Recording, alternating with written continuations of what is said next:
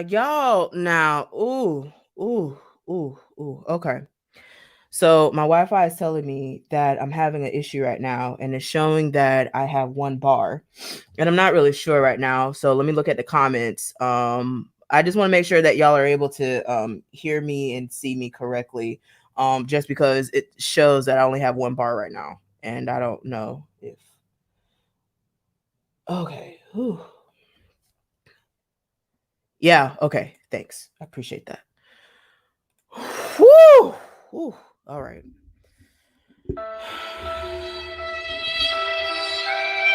Okay. Okay. All right. So I'm a little blurry. So give me a second.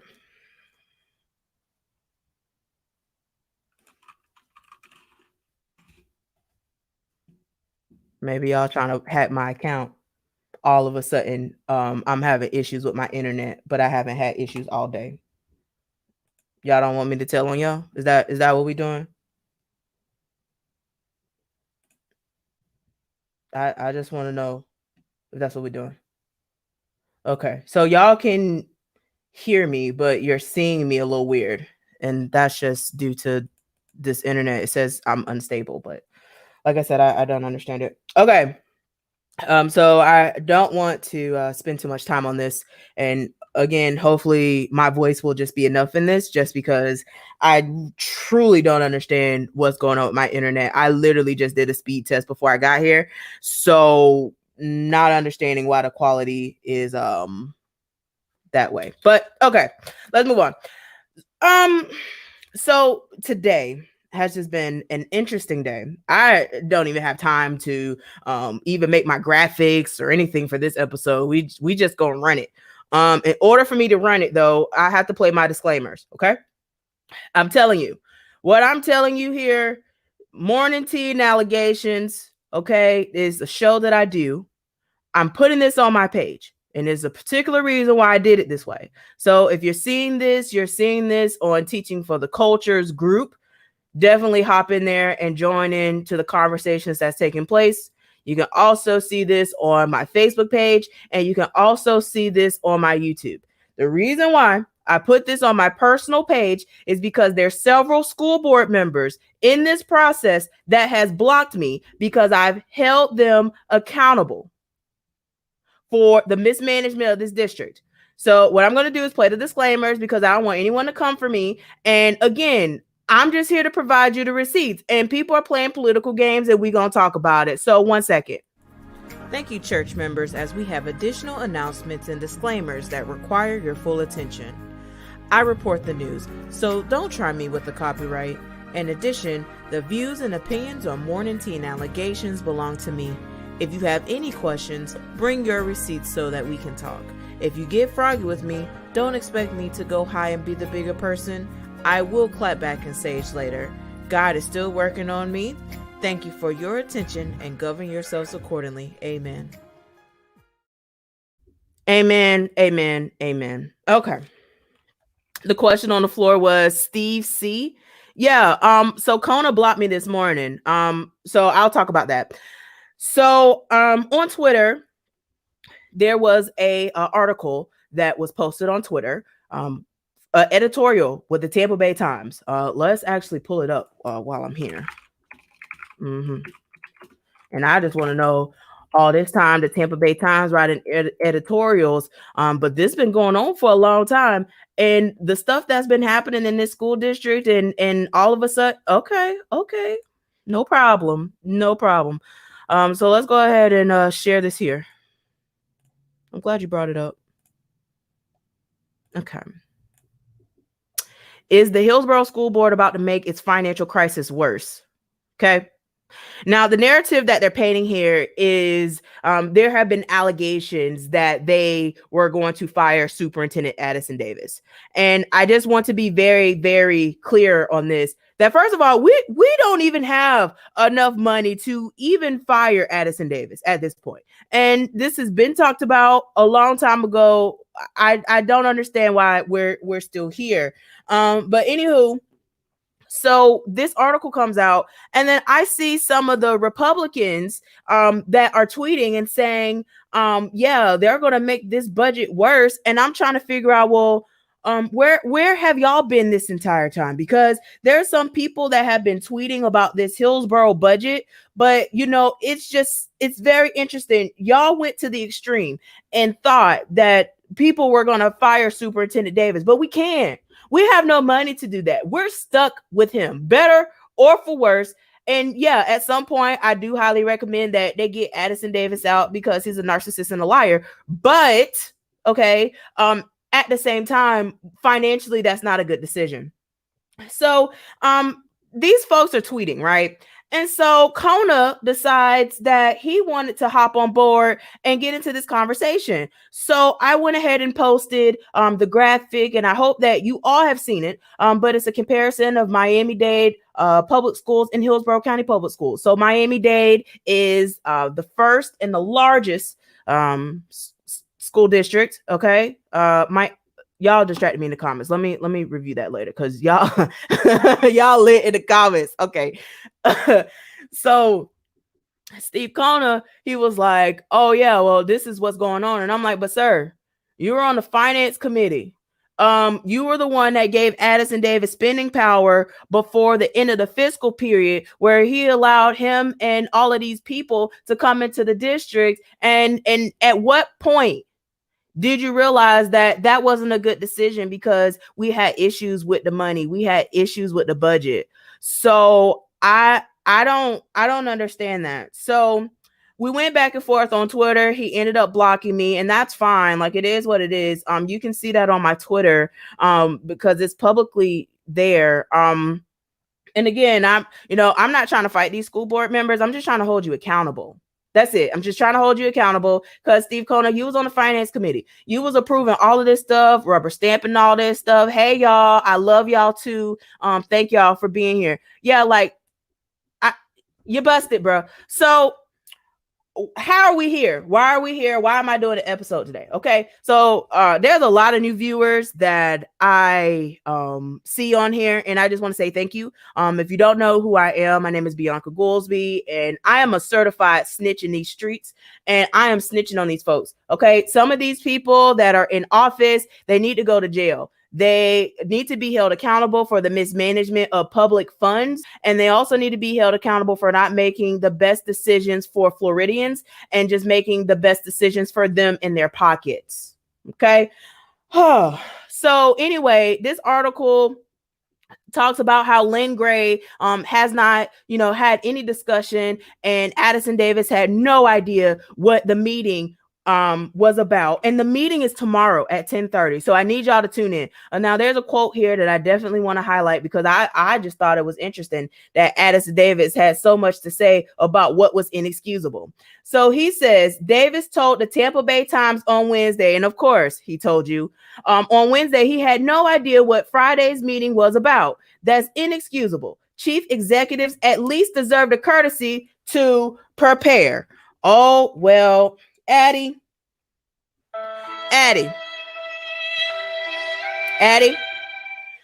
it was inexcusable, that email that was sent out to the employees. It's inexcusable how you did not even disclose that your brother is over Chief 3000 and has a senior vice president role. And although we had conversations about it, and although you told me that there was some family dynamics as to why you weren't close to him anymore and how you truly didn't know, I'm hearing all of this stuff that says otherwise. And so, you know what?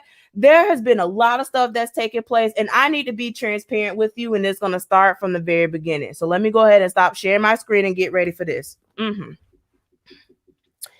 the beginning, folks, of this journey, we had the superintendent search, which is how this whole thing truly started.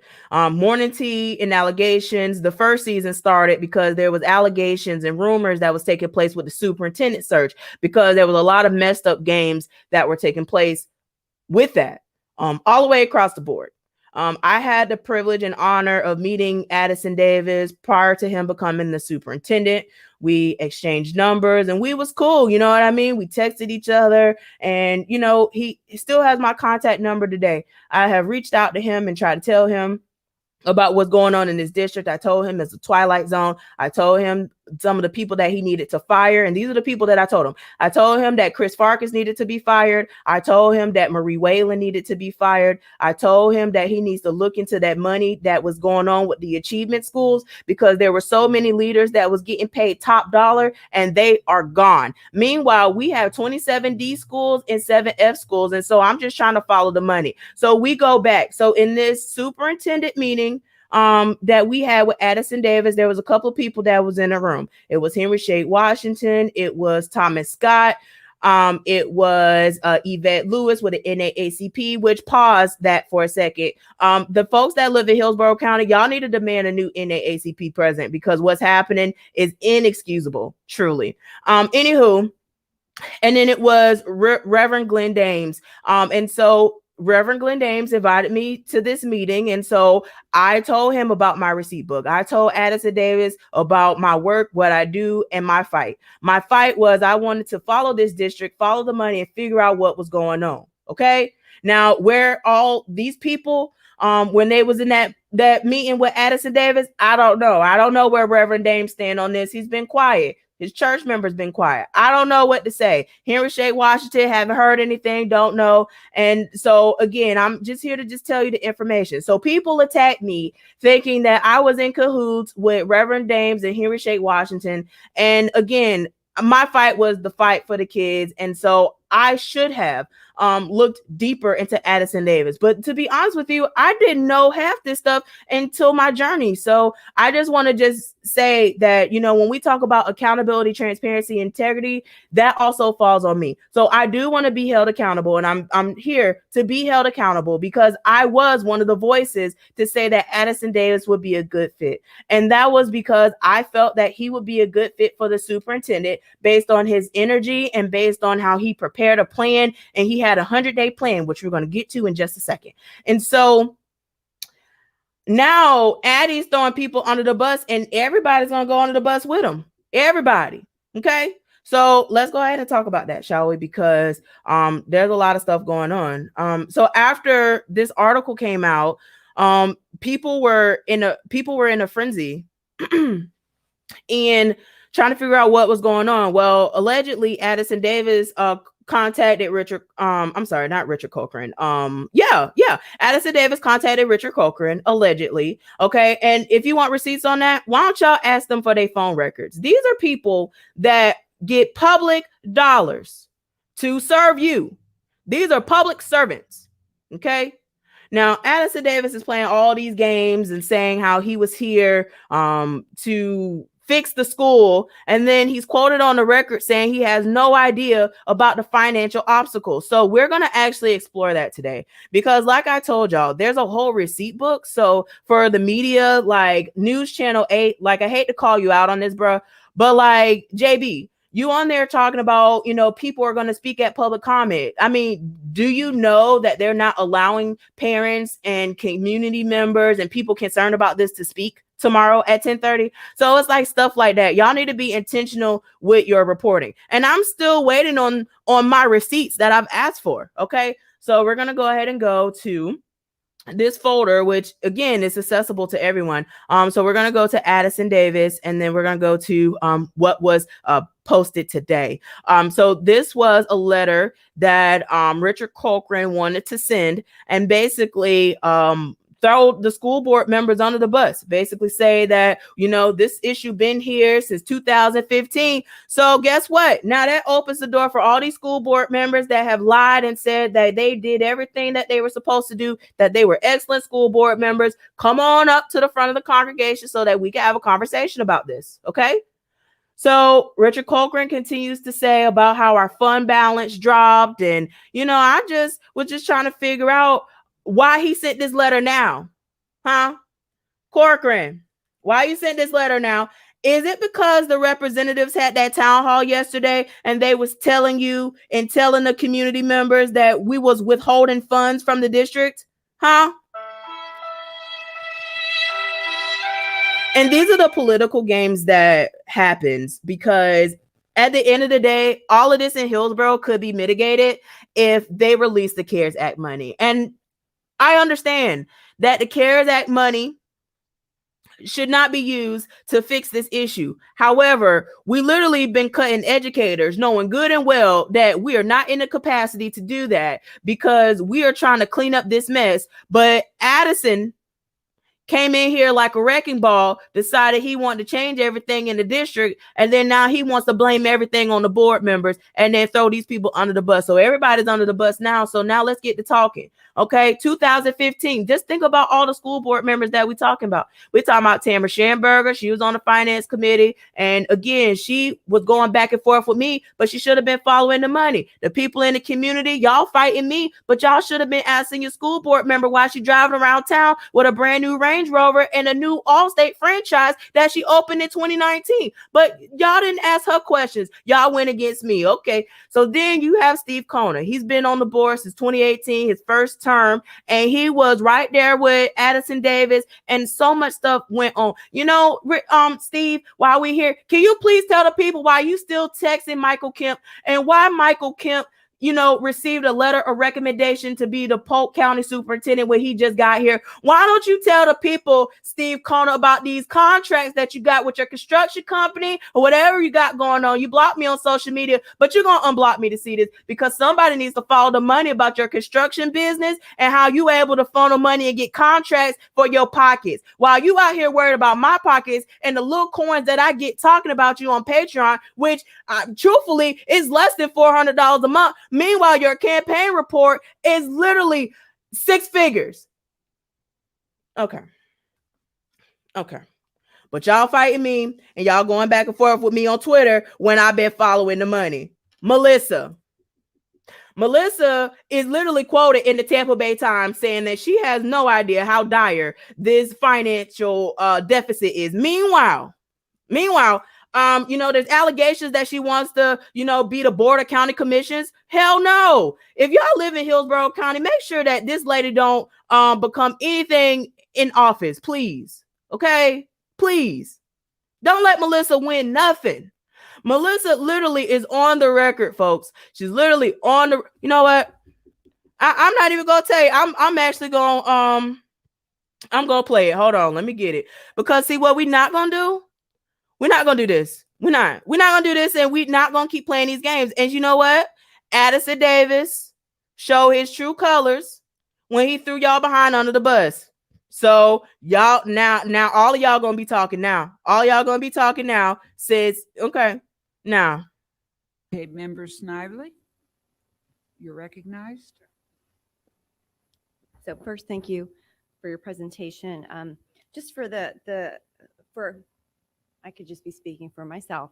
When you are going through the report, it would be really helpful to reference the page numbers that you're on when you're speaking. So, and also it would help to keep up with the presentation that's being presented, because they were not quite keeping up with that. So as they were talking about one particular page, that we were stuck on the first page of the 3-year trends. So just as a for logistical purposes. The other thing I think that would also be helpful is page 20. It's 24. I think it's page 24. It's missing out of my paper stack here, but it's basically the. I always think it's helpful to make sure that we're focusing on the month end of the general fund, and make sure that we take a moment to look closely at that particular slide to see where we are with our general fund, as well as taking that extra time to, there it is, page 48 of the presentation, 48 of 66. What might also be helpful is right now, I know we're only doing a previous year to this year, but I think that's a little bit of partially why the board may have not noticed the trend in the fund balance, is because we're only looking at the previous year compared to the current year. And if we could have seen And I'm not making an excuse. I'm just saying that this would be helpful information just for not only for us, but probably for the public too, is to see the trend over time, maybe the last 3 to 5 years of the general fund each month, because then we could really see that there's a trend, going down. It'd be very clear for anyone who's looking at this to be able to see that the trend is going downward. The other thing too, I wouldn't mind seeing a trend in is on page 51, which is the general fund benefit expenditures.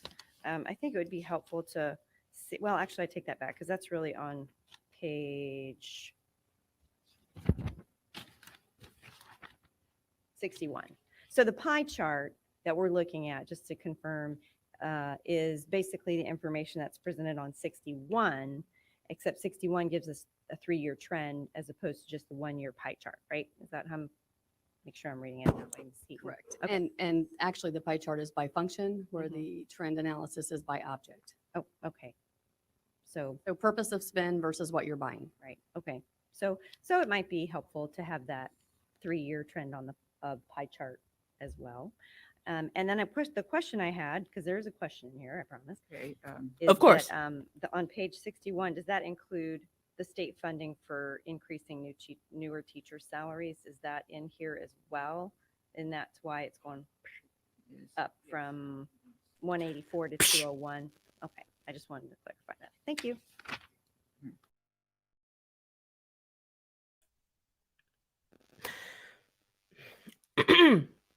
Now that's Melissa Snively. Okay. Now again, there's a whole folder. Now, when she ran for school board, she said that she was promising financial accountability, and now she don't even know how to read the pie chart. Somebody needs to go to jail. And so the root issue of all of this is people haven't been intentional. This district has been corrupt for a long time, and the block is hot, like I told them, just like I told them in July. Okay, in July, I went to the board and told them about the money and the consent agenda. Okay, roll the clip. Our next speaker will be Bianca Goolsby, followed by Mary, and then Christina Edwards.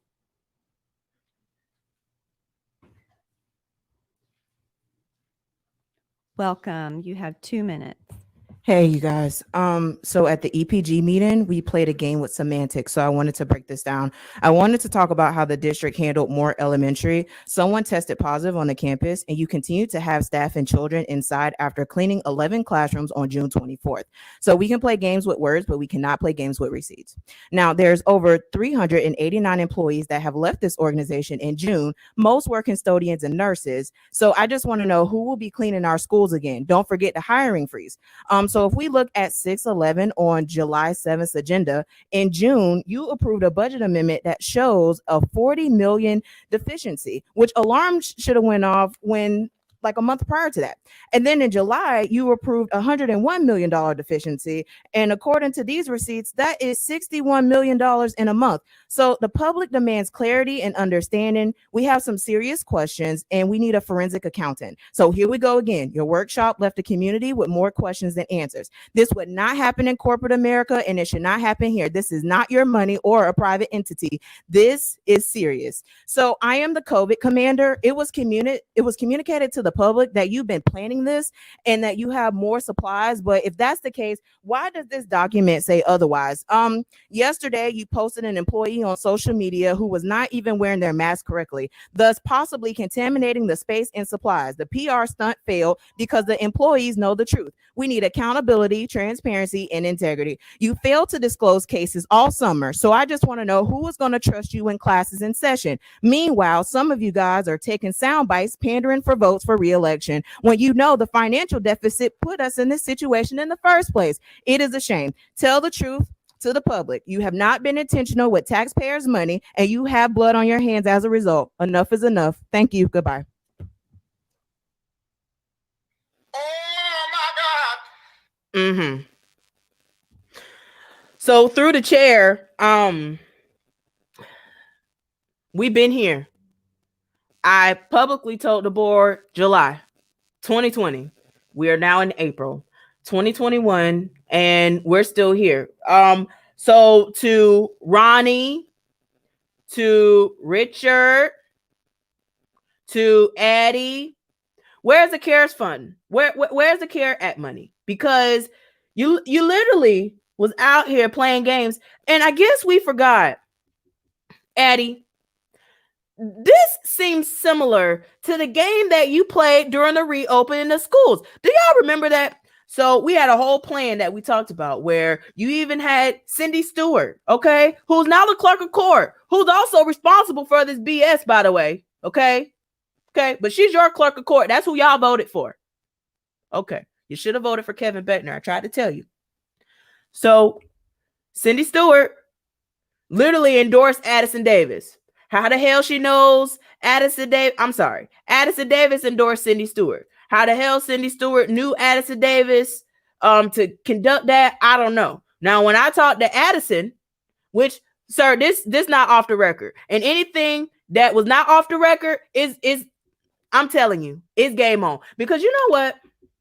I'm going to tell you the real reason why I had to pause morning tea allegation and take a break. I'm going to get there. Okay. So Addison, you out here playing political games, and then Cindy Stewart flip-flops her decision about the reopening the schools literally the weekend before school's supposed to start. We literally had a meeting that was called, and school was supposed to start on Monday. Okay. Now, I spoke at that board meeting, and y'all can go see the receipts. Okay. Now, there's one thing that, if I give credit when credit is due. Okay. I've always done that. But there's a lot of questions here. A lot of questions. Okay, Let's go Ms. back. Schamberger, no, yes? Oh, I thought you said no. Sorry. Oh, yes, Ms. Schamberger. Thank you so much, Madam Chair. Superintendent, thank you so much for the presentation. I did want to just circle back with you regarding the reopening plan set for, that had started Monday, but the brick and mortar portion on the 31st. So this has been certainly a long debated conversation. We all have been beat to a pulp around this issue. And I know that we all just want to get past this. It's certainly been a challenge for me, and as I know it's been for my fellow board members. But I do become a little concerned that we've really lost sight of the real issue, which is safety, because we just want to get this past us. And so I do think it's necessary that we be completely transparent with our constituents, with all of the residents of Hillsborough County regarding exactly how we got here where we are right now today with, opening our buildings on the 31st. So first question, on 7/23, this board voted with a reopening plan with the condition that we would come back and revisit it in 2 weeks. Once we heard the testimony of the medical experts. Of course, Member Perez and I were the dissenting votes. First question to you, Mr. Superintendent, on 7/23, when that plan was submitted to the state, did it include that condition that we would come back and revisit it? Listen, through the chair, I don't recall the vote. I know that the board was going to, the chair, the board was going to ask to come back, and we did in August, and to bring medical practitioners to have conversations about what next steps would be. Well, yeah, I'm clear what we did on August the 6th, but my question was, when you submitted that plan to the state, did it include that condition that we would come back on with potentially revisit it? Yeah, excuse me, through the state, we did not. We submitted the plan that was approved, and the state had not been identified that we were going to come back at any way, shape, or form. Now, we've had conversations verbally about, the board will be looking at medical practitioners to determine what will be best for the organization, but nothing formally written related to coming back to be able to refine. Okay. Well, maybe, Mr. Porter, you can get some clarification on that, because my understanding, as we voted on the 23rd, it was with that condition that this board would revisit. So I'm a little concerned to hear that it was submitted without, which kind of has put us back to where we are. But before you jump in, let me just kind of get through a couple questions, because I'm on the timer, and then you can certainly respond. On 8/6, obviously, we had our medical experts in front of us who gave us some medical evidence, which then turned the vote to, as we know, the delay for 4 weeks before implementing that prior plan. As one of our public speakers indicated, that 8/6 was, in fact, the last vote that this board took. However, once rejected by the state, Mr. Superintendent, you did attempt to compromise with DOE, which ultimately was rejected, and then this plan came about today. It's very important that you clarify for the residents of Hillsborough County, even as mentioned by Attorney Bridges in public comment, how we are here today with a reopening on 8/31 when our last vote was to delay the opening until essentially 9/21. Yep. Through the chair, thank you, ma'am. So our original plan that was submitted to the state was approved. The board, that plan was approved for us to have through multiple choice options for the school district, with students to transition to brick and mortar, students to transition to. I just want to pause this for just a moment. Okay. So I just want to make sure that everyone understands what's happening. So there literally was a plan that they were going to submit to the state because there was a timeline that they needed to meet. But there was supposed to be a condition that they were going to have another meeting to have doctors and a panel to make the determination if it is safe to open schools or not. And so the intent, based on the conversations of the board, was that they were supposed to have this conversation with the professionals, the medical professionals, to determine if it is safe to open schools or not. Well, the medical professionals came and most of them all agreed that it was not safe to reopen schools at this time due to the data that was presented. And you know what? It still went through. And that was because Superintendent Davis, you recall, this was when Richard Cochran and Ronnie DeSantis decided to come up here and have town halls and meetings at not even a public school, a charter school, to talk about what's happening in Hillsborough County's opening plan. Y'all remember that? All right, let's continue listening to what Addie has to say about this. Okay, Addie, we see you. To e-learning and also students to transition to Hillsborough virtual. So that plan was approved by the board, hence the reason that I sent it to the Department of Education for their understanding of where we stood as an organization. We came back, I believe, on August 6th, and then because the board asked for me to bring medical experts to the board to identify where we are as a community. From that side, the motion was approved to delay the approved plan to for the Department of Education. I reached out to the Department of Education and informed them through a letter, which would be the following day. We submitted a letter that we would be delaying on the actions of the board at a 5-2 vote. Within 24 hours, the Department of Education sent back another letter stating that we had multiple options. We could implement the plan that's previously approved. We could refine our plan, or we could drop out of the FEFP, which would be losing up to $200 million potentially up to $200 million.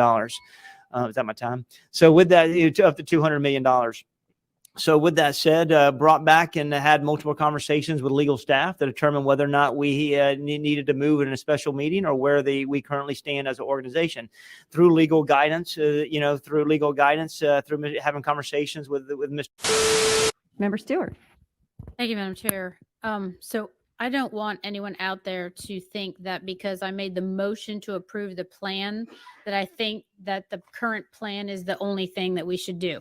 Because Member Schamberger, I completely agree with you 100%. The safety of our students is the most important thing that needs to happen in this district. However, I do know that we are obligated to do one thing today, and only one thing, and that is put a plan in front of Tallahassee. Voted with a reopening plan. Okay, y'all. So I skipped it on accident. So I'm gonna get back to the point. So this is where Cindy Stewart, before this plan, okay, Cindy Stewart had so much passion about approving the plan. And so this is where I had posted on social media, and I was just trying to figure out if this was quid pro quo, because I just want to know, at what point did the board agree to submit a plan without those conditions to go back and modify the plan?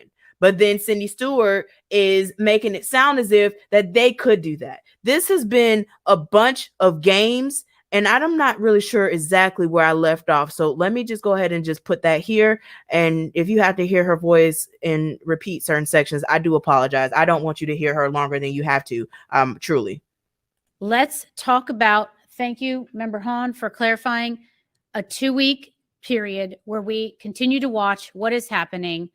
Teachers should not have a problem coming back and planning for e-learning or being in a classroom. We may have to pivot one way or another. They're going to have to be, I feel like they're going to have to be prepared for that.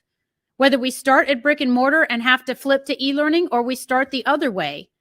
And if the numbers show me in 2 weeks that we are still unstable and continuing to go higher in our number of cases and the number of unavailable hospital beds, then absolutely I will continue down the path of supporting e-learning 100% for this community.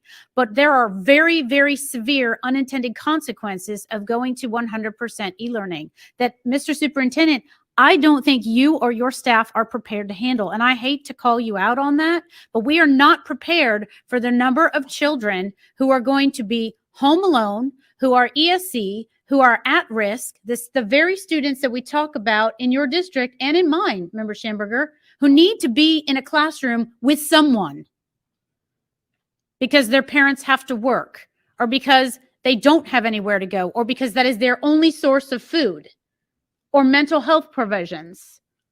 So I am concerned that we are not prepared for what we are currently looking at, with a split of half of our students going to e-learning and half of them going to brick and mortar.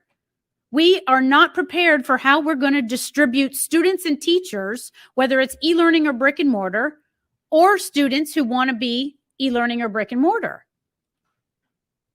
For example, if Steinbrenner High School has 80% of its kids coming back and only 20% of its teachers, who's going to teach there? Let's make it even better. If Sulphur Springs has 80% of its kids that want to come back, and another elementary has all of its teachers but not enough kids, are we going to force teachers to go to Sulphur Springs? That is not what anyone wants. That's not any position I want to be in, or any position this district wants to be in. Teachers should be allowed to teach and continue to teach where they're currently placed. But the distribution of what we're looking at right now is not even, and it's not something that I think this district is ready. Not even in 2 weeks are we going to be ready to manage this. I'm giving you 2 weeks. I don't know that we're going to be ready in 2 weeks. I would be fully in support of board if we had to, using our constitutional authority and going against the executive order and pushing the start of school back to after September if the numbers continue to rise. But again, we did not have one single medical professional standing in front of us telling us as a group where we were. Ms. Snively talks about who came to the EPG. The DOH will not go on record. They have not yet come before this board. And I am not prepared for any single one of us to be the medical expert up here. I'm certainly not going to claim that role. I can talk to them all day, and every single one, I have 3 or 4 that I talk to, they all have a differing opinion of what we should be doing. We need consensus on that, and we need time in order to make that consensus. By no way am I saying that we need to put kids back in school today or even in 2 weeks. I'm saying we have an obligation to approve a plan. Approve the plan. The plan includes e-learning. I want this board to have the authority in 2 weeks to say, Mr. Superintendent, we are not comfortable with the medical information we're receiving.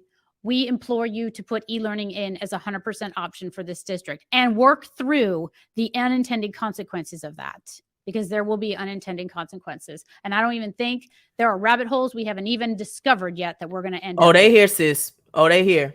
I talked to a medical professional the other day who told me after doing this for 5 months, they are still landing in rabbit holes that they never even dreamed that they would have to deal with. And that is just the nature of this. All I'm asking for is let's do what Tallahassee asked us to do. Mm-hmm. We put a plan in place. It includes e-learning. If we choose to shift to e-learning, that is our constitutional authority to do so. And I am still in favor of that if the numbers don't start to show some sort of change for me in the next 2 weeks. That would be my vote, would be to go 100% e-learning. I have said that. I have told teachers that. I have told the union that. But I'm not comfortable making that decision, not having medical professionals in front of me, and everything else I hear is hearsay. Ms. Brown, I adore you. I appreciate you. I respect you. You're not a medical professional. Why you target her though? You're You not. should have said something to Chris Farkas. There are a lot of people in this room that have doctors in front of their name. They're not medical doctors. And there's no medical doctor that has given us as a board the go ahead that it is safe to open schools. So y'all picking up So what I'm I putting want down? us to have 2 weeks. We Let me know in have the comments. one more meeting. If we want to push off this vote until next Tuesday, we could do that too. Listen, And there's nothing that says Let's that. stick with the amendment that's on the floor right now. I mean, really, that's all I'm saying is we don't have enough information in front of us to make a decision. So let's do exactly what Tallahassee is twisting my arm and saying we have to do, and that's approve the oh, plan. they're twisting your arm, I sis? have Mhm. full confidence in the superintendent that if this board is not comfortable opening brick and mortar schools on August 24th, that will not be where we go. I think that he would probably be looking for another job if he went against that board, and the majority of us didn't feel that way if we were not comfortable opening schools. And I can tell you right now today, Mr. Superintendent, I am not comfortable opening schools today. I don't know if I will be comfortable in 2 weeks. I don't know that I'll be comfortable with the plan you bring forward in 2 weeks. But I want to hear from medical professionals first, and I haven't heard any of that. Okay. So all this talk that Cindy Stewart was doing, and mind you, y'all voted her to be y'all clerk of court. She's currently serving in her capacity when she's responsible for years of mismanagement on the school board, which is, we tried to tell you to vote for Kevin Beckner, but no. Okay, y'all want to play political games. This is why we need to be intentional with the folks that we vote for, especially in the state of Florida. My gosh, if y'all watch the Florida channel, I mean, like, come on. Come on, y'all have to see the mess that's going on in Tallahassee. It's absolutely unacceptable. So Cindy Stewart had made this proposal and basically said that we're going to come back in 2 weeks. Well, that's not what Addison did. Addison sent the plan as is and did not even tell the state that they were going to revisit in 2 weeks. And so basically the state said, this is your plan, you submitted it, you can't do anything else. And so this is why I asked Cindy Stewart, and she, of course, she wasn't going to respond to what I had to say. But I asked her, I was like, well, sis, is this quid pro quo? Because you literally, got endorsed by Superintendent Addison Davis. And I'm pretty sure he probably asked you for a favor with the state, because all of a sudden the state has so much to say in Hillsborough County. But where was that energy with Jeff? Where was that energy with Jeff? Hello? Because I just don't understand. We have 27 D schools, 7 F schools, and in 2018-2019 school year, if we reviewed the data from the previous year, there's 111 schools that declined a letter grade in Hillsborough County. So, I mean, alarm bells should have went off a long time ago about what was happening. And this was something that Addison Davis had to present to the state. Now, we're going to go back to the receipt book because, I mean, it is what it is. And again, like I said, it's public on the internet, folks. So I don't even understand why the news. Hey, media, let me tell y'all something real quick. Let me get my sound effect here. If you're not going to report correctly on what's happening in the 7th largest school district in the nation, please Shut up! If you have no idea what's going on, please Shut up! please don't create any narratives around here about what's going on, please. Shut up! Okay, because the issue here is that we keep talking about charter takeover, but we haven't looked at the root issue. We have all of these schools that are underperforming in Hillsborough County, leading a lot of lists, mind you, where I just don't understand why these senators and these representatives making it seem as though they have no idea what's going on, which is their duty. Some of these people, their legislative priorities is education. And you mean to tell me that you had no idea about the failing schools in Hillsborough County? You had no idea that the ACLU sent a report to all the Florida school districts and identified that Hillsborough County leads the state in the school to prison pipeline, arresting and citing more children than any other county in the state. Huh? We're not going to talk about the lowest school psychologist ratio in the state, but we care about mental health. We can't care about mental health if we have the lowest school psychologist ratio in the state. And who does that harm? When you are literally sharing psychologists in 3 different school sites and you have children that won't even get the resources because they're split in psychologists. But yet we're paying all these people in the top to make all these decisions, and we see the games that they're playing. You literally have someone over operations who have been in this district for a long time, and this is why I asked who's going to jail, because the man over operations, Chris Farkas, he was a social science teacher. He was a social studies teacher. I'm sorry. And he moved up in the district. There's pictures where he's getting Rolex watches, on his desk and whatnot, and allegations about backdoor deals. And he's out here playing patty cake games with Steve Kona and Michael Kim. Still. All right. Addison Davis. Told you I was coming.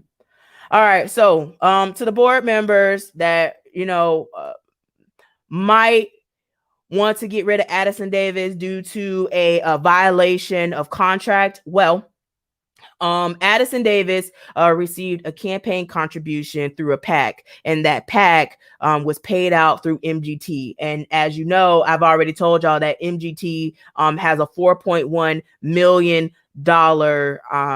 contract to change our schools around, right? So let's see. So there's a contract with MGT, and I don't think that I shared this with audio.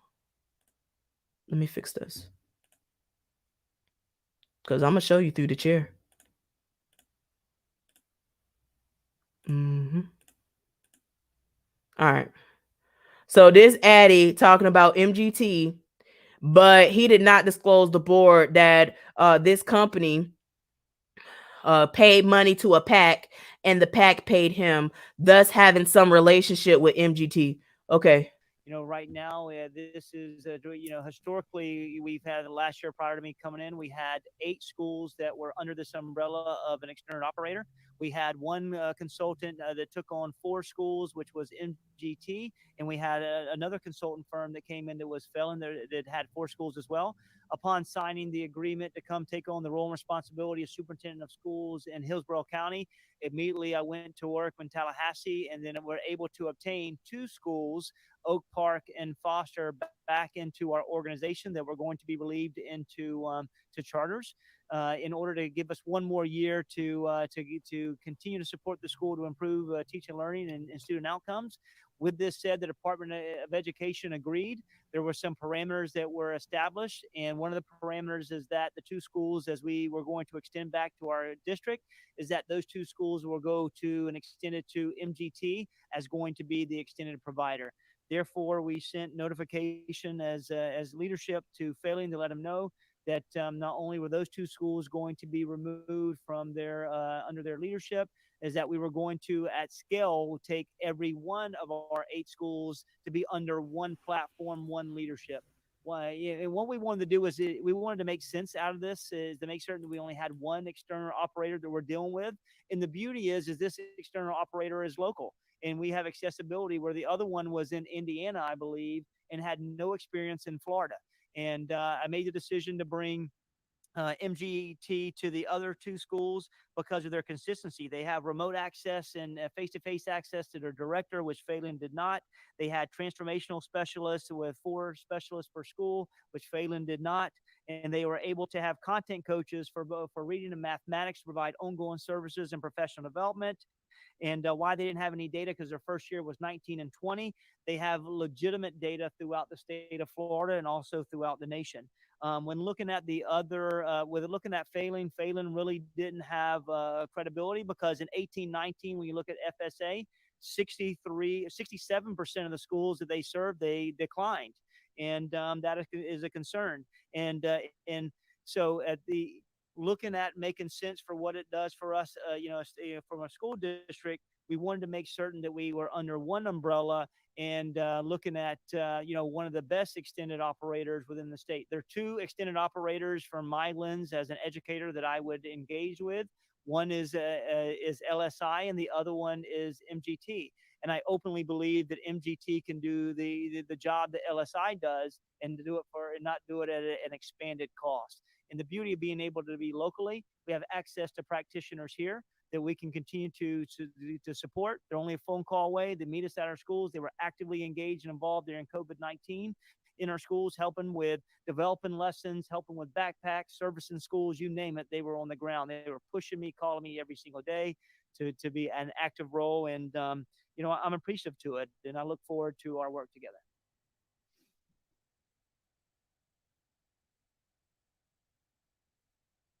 Forward to our work together. Right now, this is, I'm appreciative to it, and I look forward to our work together. Right now, this is a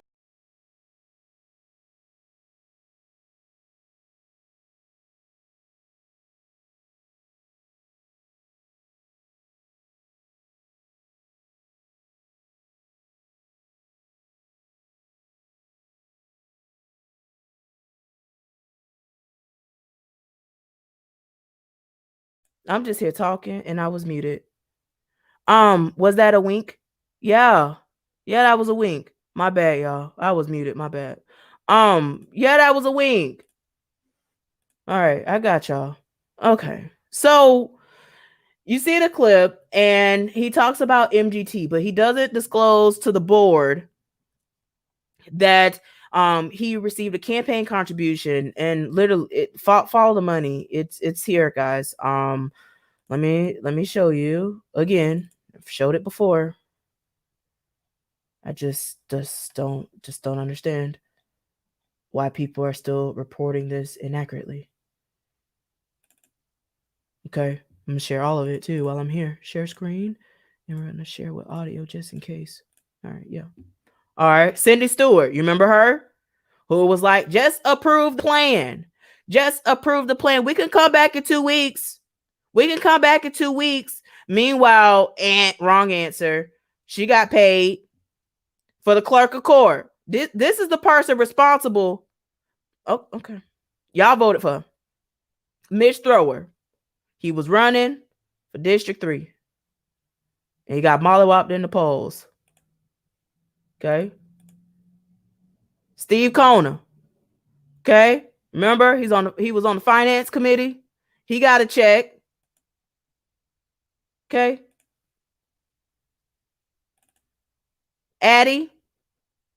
Addison Davis, he got a check. Y'all better follow this money. Again, all this stuff is here. And so the contract is here. There's questions here about, the naming of this, the contract, how much it costs. And, we're here. I mean, there's invoices here that I don't understand why there's no headlines for. Like, this doesn't make any sense. None of this was in any board documentation for the wipes that they purchased. And then the wipes that they purchased, if you Google the company and you Google the PPE supplies, it takes you to a Shopify website. I just don't understand. And I talked to the business owner and the cool dude. I don't have any issue with him. The issue is with the district and what are they purchasing for our students? And meanwhile, there's supplies that have reproductive risk. It's all identified here. But this is where your money is going, folks. Your money is going where there's making a whole police academy with the Parkland shooting funds. But like I said, if y'all want to arrest and play games with the Brevard superintendent, let's keep that same energy with the underreporting incidences, since that's what y'all want to say he committed perjury, which the attorney said that they don't even understand. It was unclear what he said to perjure himself. They still don't know, but you arrested this man. So maybe we could keep that same energy with the folks that, making all these decisions. Maybe we could go there. This is the flawless tracker. Okay. Literally back in July, when we were reopening schools, there's comments in here where accounts were frozen. It's all in here. I exposed it. Mornington allegation, season 2.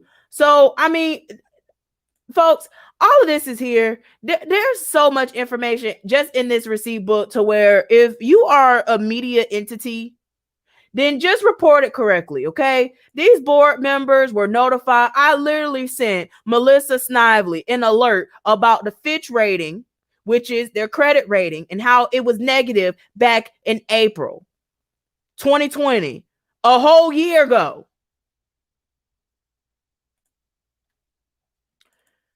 We paying for iReady. We paying for SIPs. We paying for Achieve 3000. All while we should have been conservative with the money, because I literally just played the clip back in July where we were spending all this money and we were in a deficiency then. I mean, it's all here for y'all to see. Jessica said the lashes. So that's actually with the Hillsborough County School and Federation. Hillsborough County Employee Federation. So that's in here too. So, you know, there's a union in the district where there's credit card statements, where they were literally committing fraud. You literally have unauthorized credit card charges. And this has nothing to do with the district, but these are district employees, and they bought lashes. They went, and purchased stuff at Busch Garden SeaWorld. I mean, the whole Amex, stuff, all this here. You know, all of it's here. Okay. Now, this is what I'm going to end you with, and this is just the truth. So the district is playing political games at this point. I've been getting phone calls left and right. And because Addison Davis thought that he was going to get fired, I guess he called Richard Cochran. And that's what the allegation is, from the folks that's around him that don't like him and is just holding on to as long as they can. But basically, they told me that he strong-armed Richard Cochran to write this letter, especially since there was representatives that had a town hall to talk about how the CARES Act money has not been distributed to Hillsborough County, which is why we're here. So this is political, and this is why people need to go to jail. The reason why this is important is because Richard Cochran has a bill, and this bill that he did in the House when, you know, he was there, his whole mission was to take on public schools. And literally there's a whole archive and receipts for days about this. But this is an article that talked about what happened in Jefferson County in 2016. I've shared it on my page, but I really think that y'all need to read it, because some of the antics that took place in Jefferson County is rinsing and repeating in Hillsborough County. And see, this is where you can actually really push the agenda, because this is the third largest in the state. And this is the 7th largest in the nation, which I just want to pause on that. Have you noticed that a lot of the Florida school districts are the largest compared to other states? Like, if you actually look at the US log of schools by size, you will actually see that Florida has a lot of them. Why? I don't know. That should be evaluated, just like superintendents that are getting paid more than the governor. I mean, that should be evaluated. Addison Davis is almost making enough as the president of the United States. So, I mean, we really need to look at how superintendents are getting paid, and then also the staff members that are, like, we just need to break this district up. The district is just way too big, and this is why all of this stuff is happening. And then you have board members that weren't intentional with what was going on, and they just was like, hey, I'm a school board member, I'm in power, but yeah, you didn't even know your role. Okay. Speaking of roles, before I go too deep, I do want to just talk about that really quick. There's 5 major roles of a school board member, so that we're all clear. Okay. Establish the vision and goals for the school district. Be aware of laws, policies, regulations that may impact the work of the district. School board member responsibilities to hire and evaluate the district superintendent. They're also to adopt and maintain an annual budget that's aligned with the vision of the district. And then they're also supposed to serve as leaders and representatives of the community and as advocates for students in the school district. And so this is the duties, and they have failed. These people. Okay. And then you take these people first because they have the most damage that they've done on the board. And then you go back some years and then you hold those folks accountable too, because they're responsible. So literally in here, it even says about how someone was going to work until their hair was on fire. And I was like, oh, that sounds interesting. Cause Addie had said that he was going to teach like, he was going to have the teachers teach like their hair is on fire and all that. Well, Addison, yo, your hair is on fire, literally. Your hair is on fire, literally, because I just don't understand it. So this article right here, I'm going to post it. And I want you to really read this stuff. And it includes receipts. It includes letters that, you know, people are saying this is this is archived. Okay. Literally, this is a whole thing. Okay. Just an agenda. It's just an agenda. So y'all need to hold these folks accountable. I mean, these receipts are clear. I mean, this is archived. So what's happening to Hillsborough is Jefferson County 2.0. So what can you do about it? Well, at this point, you can demand Richard Cochran and Ron DeSantis to release the CARES Act money so that we can immediately handle the need of state turnaround, state takeover, and then we can start to mitigate the damages of the district. If they're not releasing the CARES money, then this is going to receivership. This is what I've been warning y'all. This is what I've been telling y'all. And to the point where some of these, news entities, you say, well, we reported on this. Well, I just don't understand, where has your intentionality been when we had 27 D schools and 7 F schools? And then you literally have Miami-Dade, the largest in the state, that has 7 D schools and 0 F schools. I mean, don't you think that should raise alarms? It's just stuff like that I just don't understand. All this time, generations of children have been harmed in this process and will continue to be harmed when you have folks that don't want to be accountable, when you have folks that don't want to be truthful, when you have folks that don't want to operate in integrity. And so this is my thing, Addison Davis, if Richard Cochran trusts you so much, why hasn't he yet approved your plan? Weren't you supposed to create a plan? There's a whole meeting, y'all, that Jessica Vaughn called a member-to-member meeting because of the stuff that was taking place back in January, folks. And do you know that Addison Davis didn't come down to the meeting to talk to the board members what was going on? No one second to command of him even came down to talk about this, and they're in the building. So these board members are literally having conversations, just airing out their concerns not to violate the Sunshine Law. And you have the people that have the answers or should have the answers that are upstairs that could not even come down to address it. And the only way that you can even see that member-to-member meeting is if you go to Teaching for the Culture, because the district did not even want to record it. The district did not even want to put it on their website. The only way that you can see that member-to-member meeting is on Teaching for the Culture. This is your company. This is your organization. You pay taxes. And this is where your money is going. So, when we talk about service, you need to have the right heart. And you need to be intentional. Addison, you have lied. And it got so bad that there was people that reached out to me from Duval County, from Clay County. And you know that because you know that the lady who reported you had contacted me. And I was supposed to have an interview with her. And I had said that I was going to do the interview on the radio. And the next thing I know, poof, the lady's gone. She's not saying anything. She's not responding to my emails. So I don't even know if you got to her or whatever. But the reason why I stopped monitoring allegations, Addie, since we here, is because in this work, I was getting allegations and receipts of stuff that I didn't even ask for. I'm out here trying to follow the money and advocate for our kids. And I'm out here getting allegations of you cheating and you out here doing all this stuff. I don't care about that. I care about the kids. And y'all out here playing these games. So that's why I tagged you on Twitter and I told you that you better have a conversation. And you better tell your folks and have conversations because all of it's coming into the light. See, what you thought this was Clay County. You was going to be able to do whatever you do, like how you did in Clay County and how you was in Duval County manipulating data.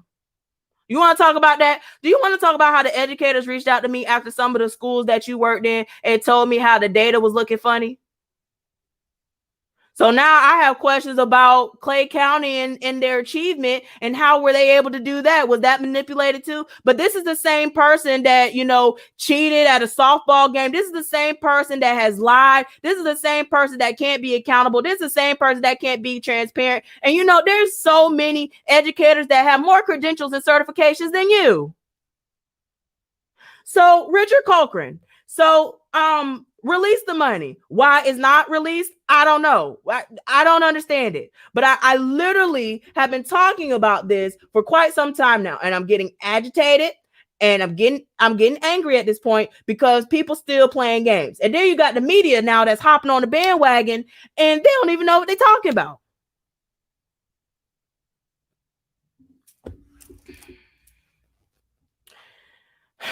So my intention with Morning Tea and Allegations is actually to just go beyond Hillsborough County. And my intention with focusing on Hillsborough County is because it's the third largest in the state. A lot of people look at Hillsborough County as influence. Meanwhile, we have 27 D schools and 7 F schools. We're leading the state in the school to prison pipeline. We have more underperforming schools than any other district in the state.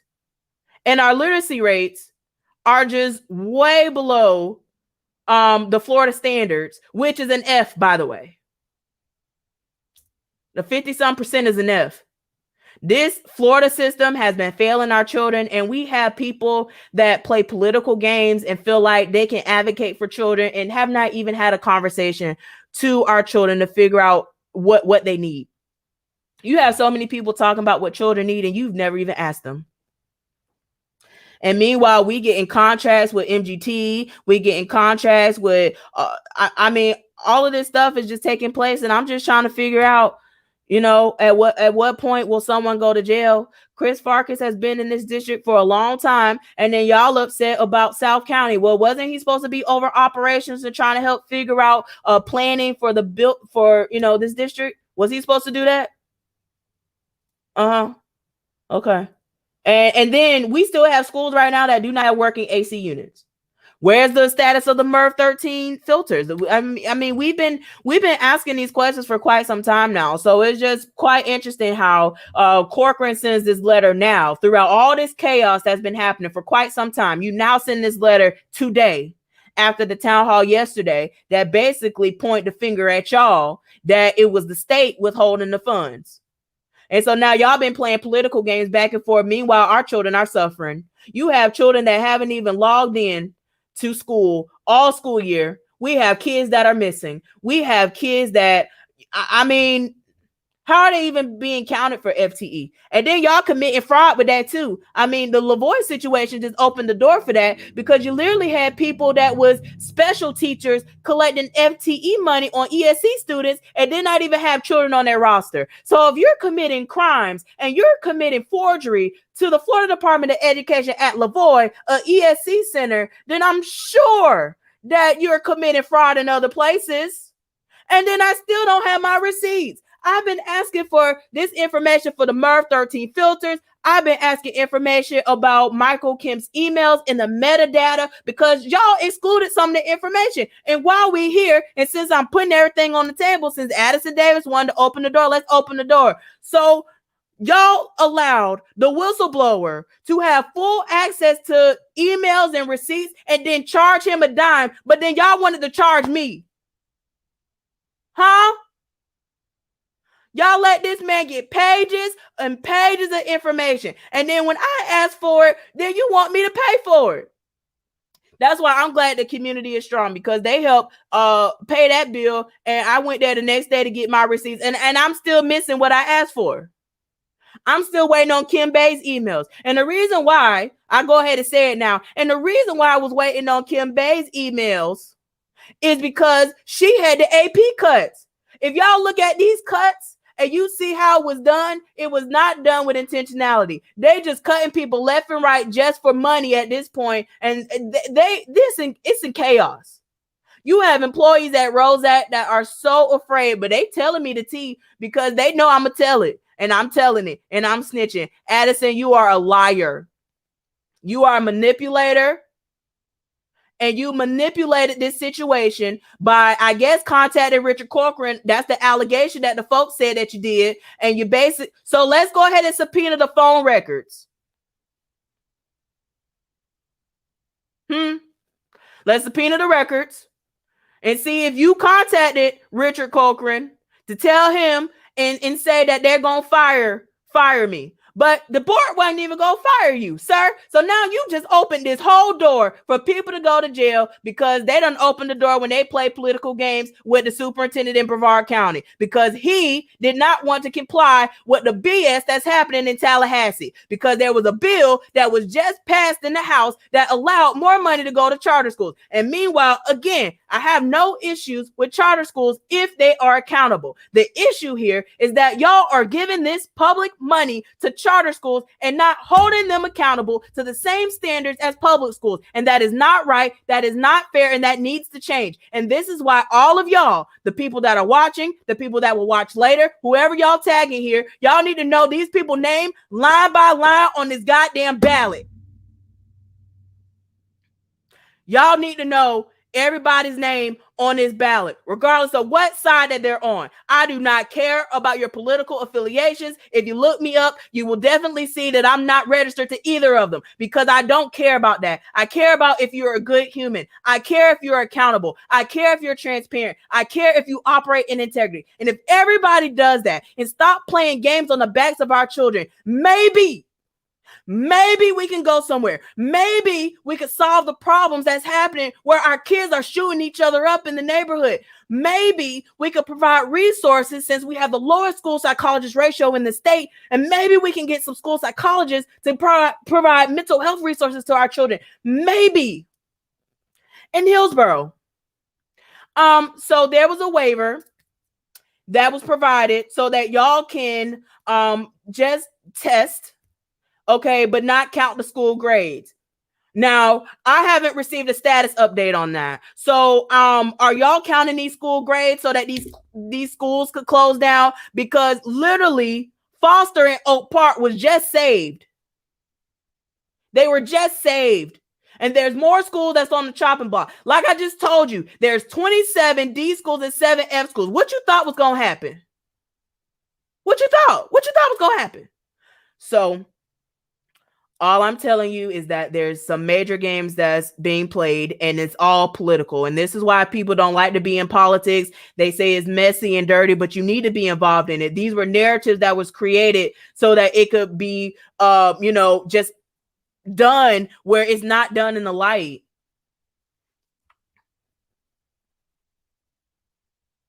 So it's sad that this district is in chaos.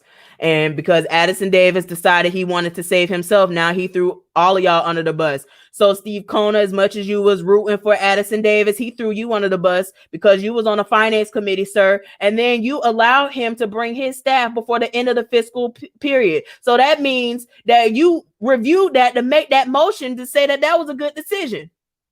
Oh, that's all on you, Kona. You did that. And this is why you getting froggy on Facebook and then want to block me and get froggy on Twitter and then want, look, I'm not here to fight with you. I'm just here to tell the truth. And maybe if we all tell the truth around here, and if we're all accountable, and if we're all transparent, and if we all operate in integrity, maybe we could change something around here, because I'm just so tired of the killing. I'm so tired of the racism. I'm so tired of what's happening to our children. I'm tired of what's happening in this world. And we could talk about it all day, but we have allowed these people to run circus in this political world because we haven't been intentional in figuring out what the hell they do, what's their role, and holding them accountable to the promises that they made.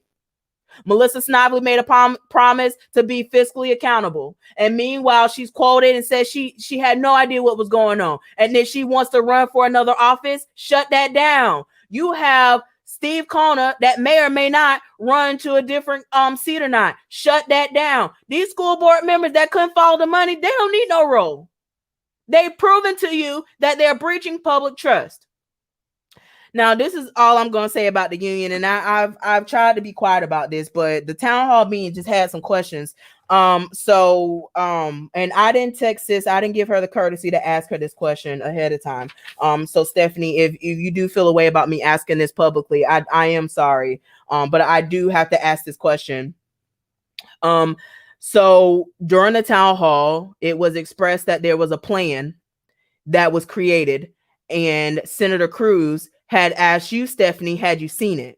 And during that town hall, you said that you had seen it. And so people had questions as to, well, if you've seen it, at least why your members, at least who were paying dues, why they haven't seen it. And so I try to, listen, Okay, my fight is with the school district. I'm not here to do all that, but you got people who's been in these roles for a very long time, folks, who have seen a lot of this stuff go down, folks. And this all I'm gonna say. Addison Davis is throwing people under the bus because he's thrown under the bus, and all of this gonna get real messy. I'm telling you, this is not far from over. It's not far from over, and it's sad because our children are suffering. Meanwhile. The question on the floor was, what does it mean that Foster and Oak Park was just saved? Great question. So let's actually take a field trip to the Florida Department of Education, and I'll actually show you. Public record, folks. And this is why I don't understand why these senators and these representatives make it seem as though they don't know what's going on in their city. And it's literally public record. You can literally Google it. All right. So we are looking at Florida Department of Education. And then we're going to go to the search. Go to board meeting. Okay, let me go ahead and share my screen so that you can see how to view this. Okay. So I went to the Florida Department of Education, okay, where it says what to search for. I search board meetings, okay? So I go to board meetings. Okay, I go to meetings. Okay, and then these are the dates, okay, that are upcoming. Okay, but then they have an archive. Okay, and then the archive, they just had a meeting March 17th. So let's go ahead and view the meeting archive here.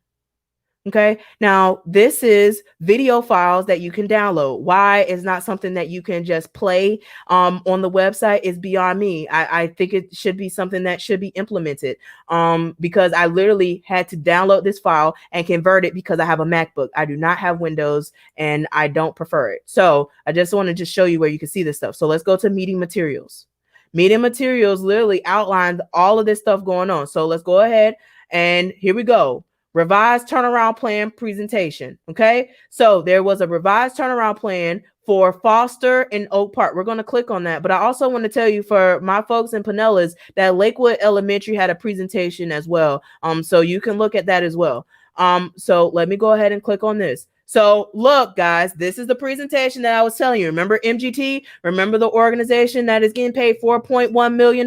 Remember the organization that had used the PAC to give Addison Davis $1,000? Okay, this is the same organization that we're talking about, folks. Okay, so this is the presentation that they gave to the state. I'm going to scroll through it. And like I said, this is I'll copy and paste the link right here so y'all can see it. But all right. But again, this is all public record, folks. This is all here, okay? So it talks about the quarantine disruptions.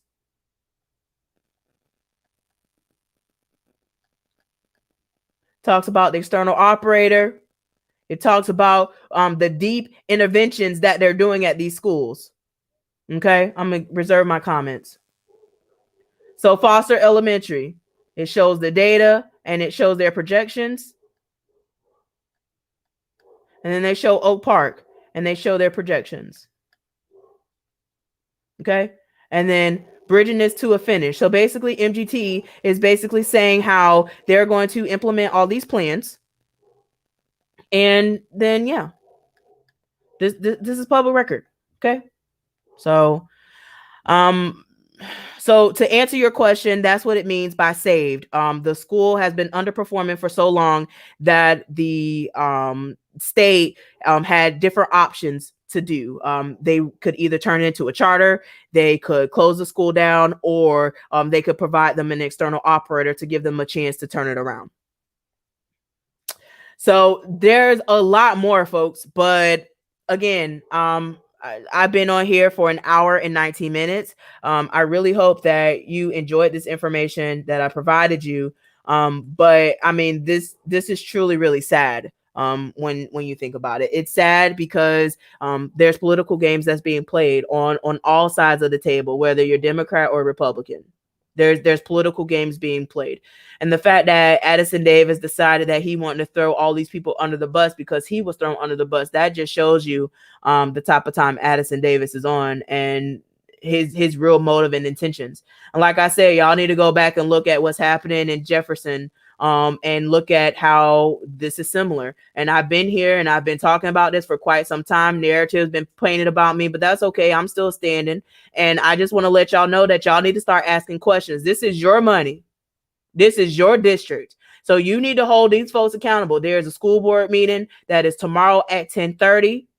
Unfortunately, the public is unable to speak. If you're in my Patreon, you will see that I had a conversation with Tanya, who was the chief of communications, who advised that they're not opening this meeting to the public for the public to speak about what's happening in the district, which I just think it is just disheartening to do that, especially since we pay so much money to broadcast, on Facebook and all these different platforms. And then also because the taxpayers actually pay for Rosac, that is actually considered to be on sale because of the mismanagement of this district. And, there was renovations done to bathrooms. And like I said, Addison Davis came in like a wrecking ball. He changed all the systems. He came and brought his people. Steve Kona gave and passed the motion to let him do it. And so now they're upset with me throwing shots at me on social media for telling the truth.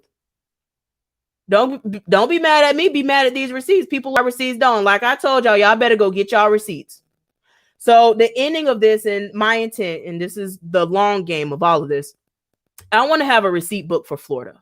Not just Hillsborough County. And I want to empower folks to get these receipts with me so that we can create a big drive so we can hold folks accountable. And the intent is so when 22 comes around, which is right around the corner, and 24 comes around, at least people can know who they're voting for line by line. You need to know these people, regardless of whatever party affiliation they have. You need to make sure that these people are accountable. You do. Natasha said, I've been looking for the article. So I did post it in the link. Now, if you're on my Bianca personal Facebook page, it won't show it there. But if you actually go to the Teaching for the Culture group, it did go in there. So you'll be able to send the link. And I also posted it. I posted it on my Facebook page.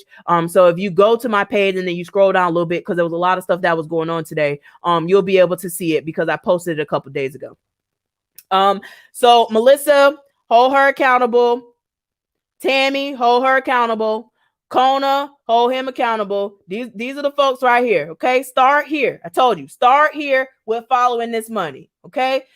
Literally, Tammy is quoted in July, the same time that I told y'all that it was deficient. It was already deficient the summer, which we didn't even have kids in our schools because of COVID. Remember? So there was a lot of stuff that was happening. So, okay. So ask these people about it and then work your way down. Okay. You got one person that is now your clerk of court who is responsible for this. And you got other people that, in other places, in other roles, that are a contributing factor to this. So with that being said, I love y'all. Y'all have a great day. Y'all be blessed. And if y'all are not a member of my Patreon, y'all need to do it. Like I said, people, are in there for like $5, $10. I got a few that's like $50. One's $100. Like, all this research is a lot of work. That's all I'm saying. And so there's some behind the scenes stuff that you get in Patreon that you don't get on social media. So if you want access to that, you have it. But there's that. So for the media, if you're reporting on this, please be intentional with your reporting moving forward, because we do not need any more shifted narratives. And Addison Davis, I am so sorry to tell you, but you really came into this district and you came in with high energy, and I have to take accountability for rooting for you and being your cheerleader without digging up your past. And then when I digged up your past, I was like, oh, shoot, we got the wrong guy. And, part of that was the strength of Reverend Dames. I looked to him as a spiritual advisor, and then I see the foolishness that happened at Reddick Elementary with his wife. And I was like, oh, well. And then, I didn't judge him because, he would text me and he would cuss and stuff like that. I knew people do that, but like that whole Reddick situation just opened my eyes to something else. And then to Shake, I'm looking to you. I understand that that's your pastor, bro, but I'm just being honest on the internet since everybody's exposed at this point. So Sheikh, I don't know if you're going to fall in line with your spiritual advisor or you're going to fight for the kids. That's what the community is asking, because when there was conversations with the state, all you wanted them to do was see what the schools look like. But I'm telling you, they don't need to see what the schools look like, because they already know that it's a mess, because we have 27 D schools and 7 F schools. I mean, at what point? Okay. And like I said, there's fraud happening in our ESC centers, and some of them are going to be closed down. So I just really hope that people are intentional moving forward. And again, yeah, I've been following this for a while. We've been following this for a while. And Hillsborough County Public Schools, I'm asking, where's my receipts? Where are my receipts? And then the fact that you made me pay for receipts, and you make that white man pay for receipts. Let's talk about racial issues in the district, and let's talk about all the black APs and the black principals that were told that they needed to find a job. Meanwhile, that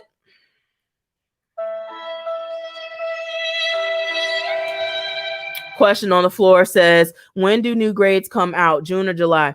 That is a great question. In fact, while we even talking about school grades, can we back up for a second? So during this time, we were supposed to have the TEL survey, and the TEL survey in Hillsborough County Public Schools is data that's collected from different school sites about their school culture, from just their school site, and also from the district. So I just want to know, I just have some questions. Are we not doing that TEL survey? Because I heard that Addison Davis don't want to have that survey because he don't want to have any data to show that he has been lying to these people. And you know, it really broke my heart, because I literally broke down. I couldn't even do an episode about what was happening because I told her she need to call the police. Some of the allegations that's taking place where people feel uncomfortable to speak, I can't even speak on some of the stuff that you know people come to me with. Some people need to call the police. Some of the stuff you doing, Addison. So you need to have conversations at home about it, because it's gonna come out one way or another, and y'all out here playing games. Ron DeSantis, either release the money or just tell the people your intentions. Richard Cochran, if this is to promote your bill, then we really need to have a conversation, because all of this, you're using children as political pawns at this point, and enough is enough. And for the rest of these elected officials who have said nothing, did nothing about the demise of Hillsborough County Public Schools, you need to get up out of here and get up out your seat, because this has been years in the making. So if you didn't know about it, then you need to be removed from your seat, because our kids deserve so much better. They deserve better. They didn't ask for this, and they don't deserve it. And meanwhile, y'all using these children as political pawns. So clean up on our Hillsborough County Public Schools. Clean this mess up. Go get my receipts so we can go ahead and look at what the hell Kim Bays was sending in her emails with all these smileys. And teachers don't have a job. She said she need to hit that. I need to hit that shut up button. So if you're not intentional with our kids, Shut up! if you don't know what you're talking about, Shut up! if you're not going to follow the money, Shut up! if you're not going to be held accountable, Shut up! please. Because enough is enough.